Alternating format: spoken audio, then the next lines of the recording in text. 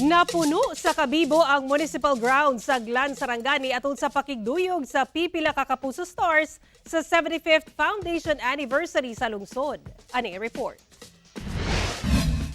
Nahimong sadya ang pagsaulog sa 75th Foundation Anniversary sa Glan, Sarangani sa pakigduyog sa Pipila Kapuso Stars. Present si Lilet Matias Attorney at Law Cast E.A. Guzman nga nagpakita sa iyang dance moves. Doble ang kilig sa saniya ka fan nga giharana og nakauban pa siya sa stage. Hatod sab ni unang hirit host og sparkle artist Shaira Diaz ang iyang sweet vibes sa mga taga-Glan pinaagi sa pag-awit.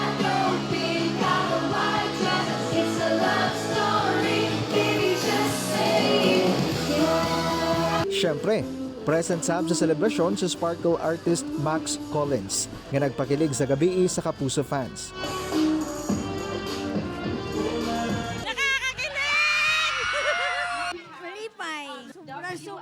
Mapasalamatun sab ang Kapuso Stars sa higayon nga makahatod og kalipay sa ilang fans sa Glan.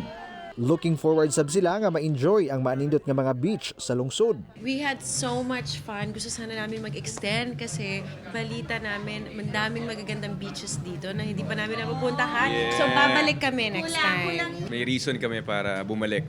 Yeah. Oo, actually ako first time lang yata natin lahat no dito sa Glan, Glan. Sarangani at ayun nga. At ang dami naming nakasalumuhan na mga kapuso dito. Sana makabalik kami.